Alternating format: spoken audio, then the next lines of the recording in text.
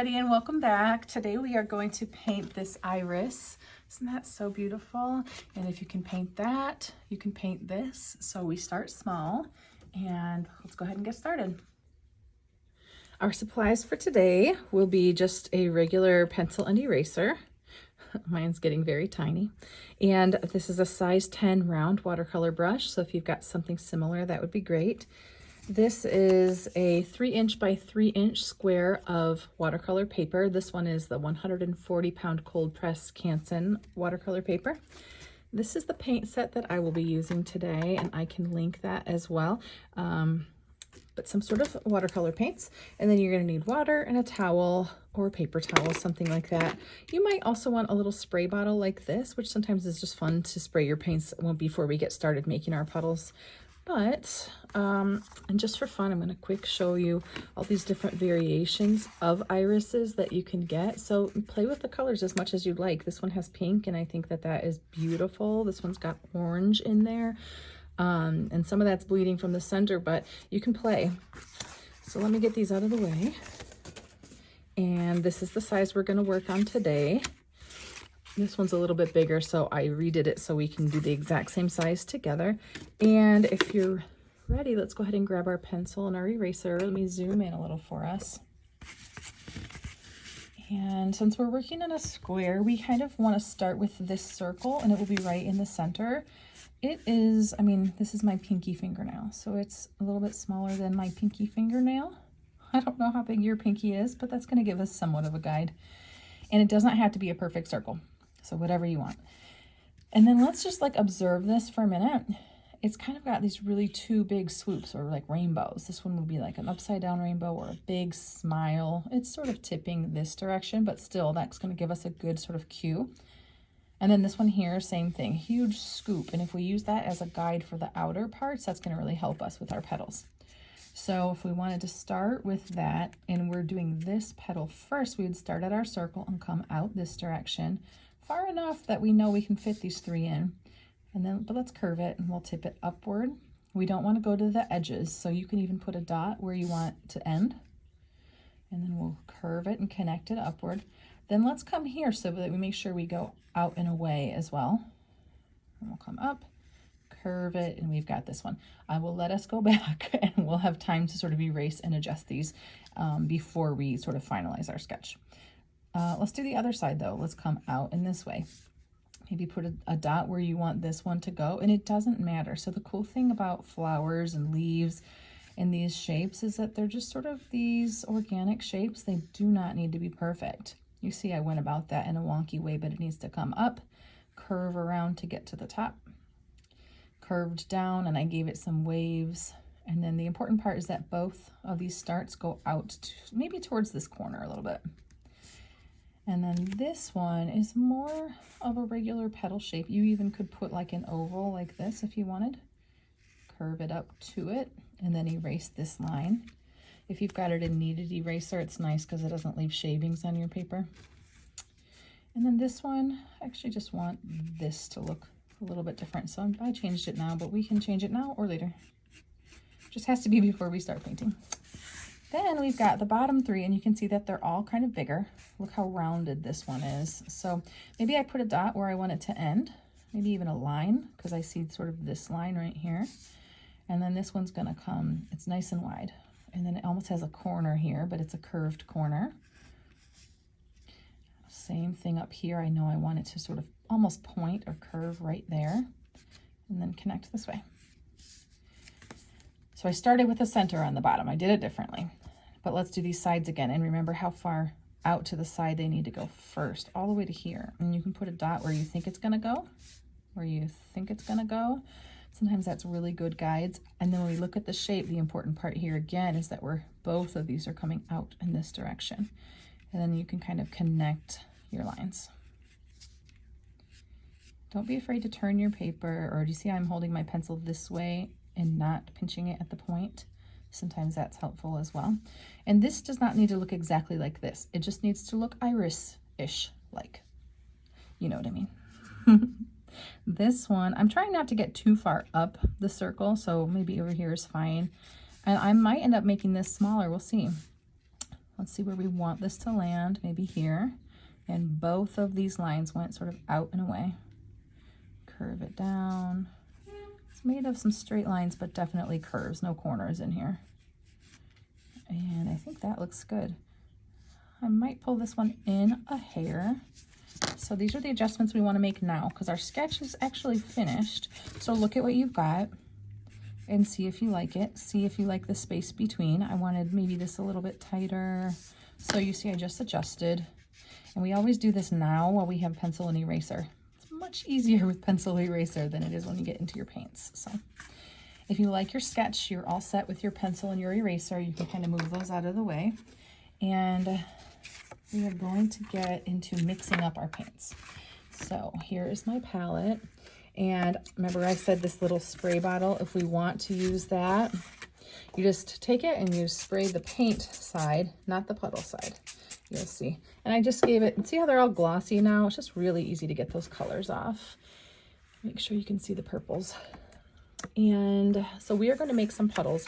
What I want to look at first, we'll use this one for an example, is that we need to make up light colors first because all of this is a wet on wet process except for these little lines that we're going to maybe put on at the end, and that's optional. So, but for wet on wet, you always have to start with your lighter color first, and then you'll load in your darker colors. And since you will already have wet paint, you know you have water here. So when you get into your darker colors, you'll always need less paint. Less water than your initial layer, okay? So first let's start with some light colored puddles, and in watercolor, the way we get our colors lighter is through water. So let's say I want this purple. I'm gonna take a swipe of that, swipe it onto my palette, right away go into the water and add water. If it's still too dark, I can clean out my brush and add water again, and now I have a nice light color. And let's do that with some sort of a blue. I'll do it with this one here. And remember, you can clean out your brush if you've got too much pigment. Add water back in and you'll have these nice light colored puddles. I'm going to also do sort of a pinkish purple. That's too purple for me. So actually I'll add pink into it. But notice I just did the tip of my brush on there. I really wanted to get very little paint so that I could have a nice light puddle. So I've got those three. I also really like this color, which is sort of, it's like periwinkle, and I added a little bit of purple to it, and now I'm adding water. And notice these all look like puddles. You can see the light reflecting on them. I can easily move them around because there's enough water to do so. So if yours look more like this right here, you need to add water to it. And even this one I can refresh, right, and add water, and now that's a puddle too. And then from here, let's make up some dark colors that we want to see. If you look at this, which colors do you like the best, or do you want to do them all? So now we won't need as much water. So if I grab this same exact blue, I'm going to grab from maybe from the corner, swipe it on this way, and I'm not adding more water. So I can get my color darker, more paint, less water, but still a puddle. Same thing on our purple. We'll grab some of that, cleaning out my brush in between. Let's get some of this. I love that pinkish purple, sort of magenta-y color. That's beautiful. Looks like it maybe even has a little bit of pink on there, but I love that color. I'm going to stick with it. So if you find a color you love, keep it. If you find a color you don't love, clean out your brush and just grab another. If we want darker than that, you know, that's kind of our darkest one right now is this purple. I could grab some purple, and I can get up here. For me, this is like a navy blue, or it's called Payne's Gray.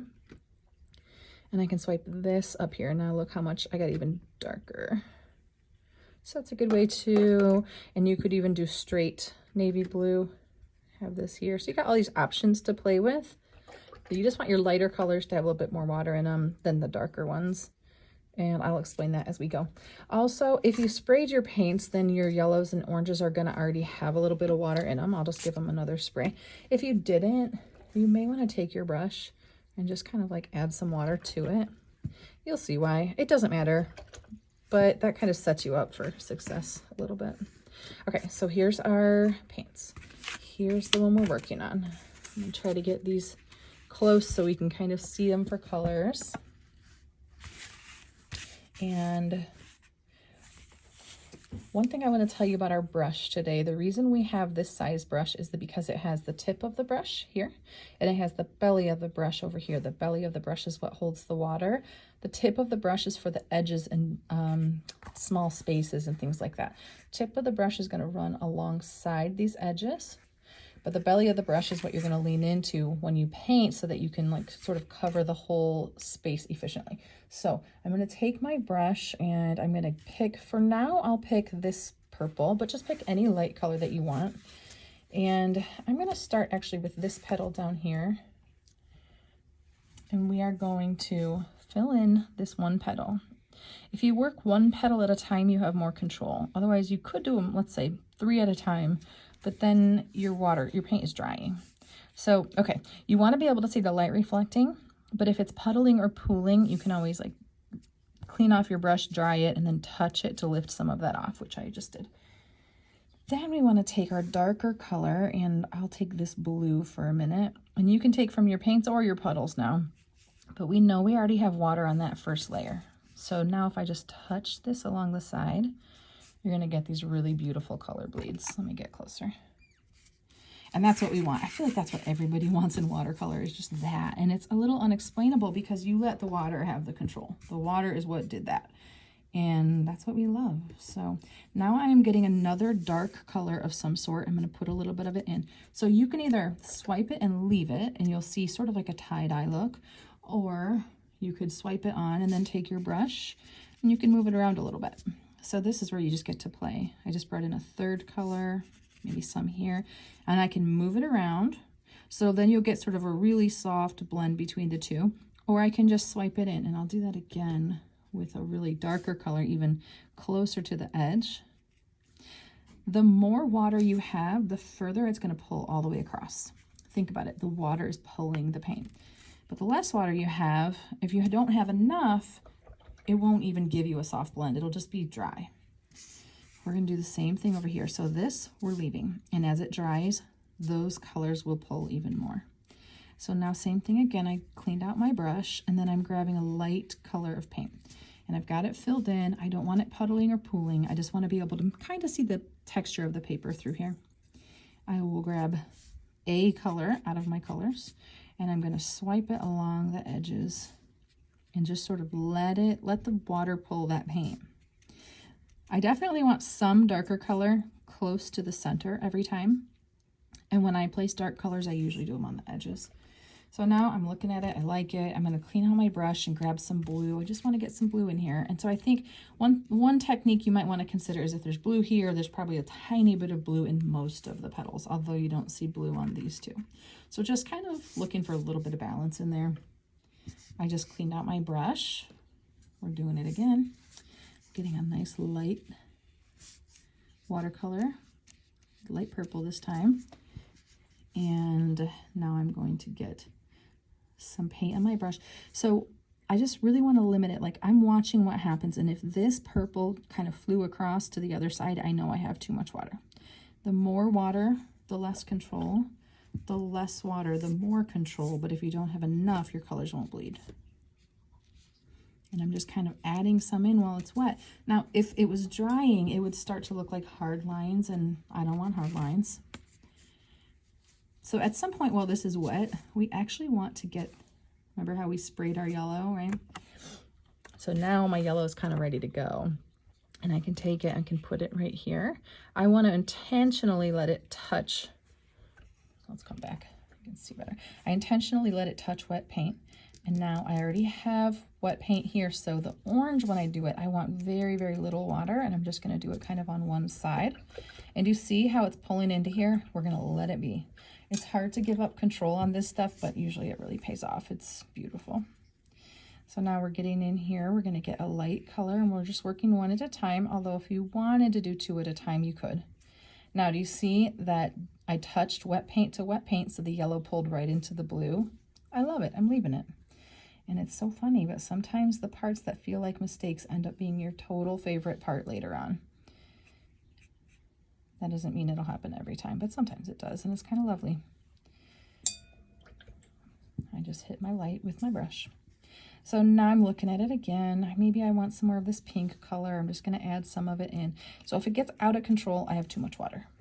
And that's one thing to watch for on this one. So you're just kind of playing with colors. I mean, and then imagine if you did a whole sheet of these and they were all different, but they'd all have such a beautiful similarity to them. I bet you just love them.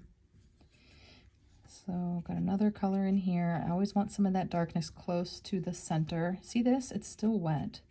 I'm going to add in oh, it's a little drier than I thought, but it's enough wet that I can get a bit of a bleed. So I just added darkness to that one too. And then in between colors, make sure you're cleaning out brush. Just grabbed another color and I wanted it up here. So if it doesn't bleed as much as you want, you know, you can add a little bit of water next to it. It's just that watch and see if you like what's happening. And you're always thinking, do I have enough water? Do I have enough paint? Too much water, too much paint. It's just the right amount is what you need. So the more you sort of study your own work, the faster you'll make progress. There we go. And I'm going to add darkness down here, maybe something around the edge. And if it's still wet, you can still play. So some pink in here. I'm looking for, where do I see the light reflecting? I see it reflecting right there. So I'm going to add in some of this darker pink. I don't have a lot of spots that are very wet now though. This is, I'm looking for how I see the light reflecting. That's where I know I can load in some paint. At this point, we have filled in all of our petals, so I'm going to go ahead and give it a dry. And here's what I have is this little, it's like a craft heat gun. Otherwise, you can use a hair dryer or you can just wait. And when that's dry, we'll just do this last little layer on top. If you look at these three right now, see that's darkness in the center, darkness in the center. And even though we did place some darkness, it's still missing some. So this is where we want a little bit more control. So I'm going to actually take the tip of my brush and dip it in my water. And I'm going to grab any of these colors that got really dark. It doesn't really matter which one it is. And from here, we're going to go light on the tip of our brush and hold your brush pretty vertical.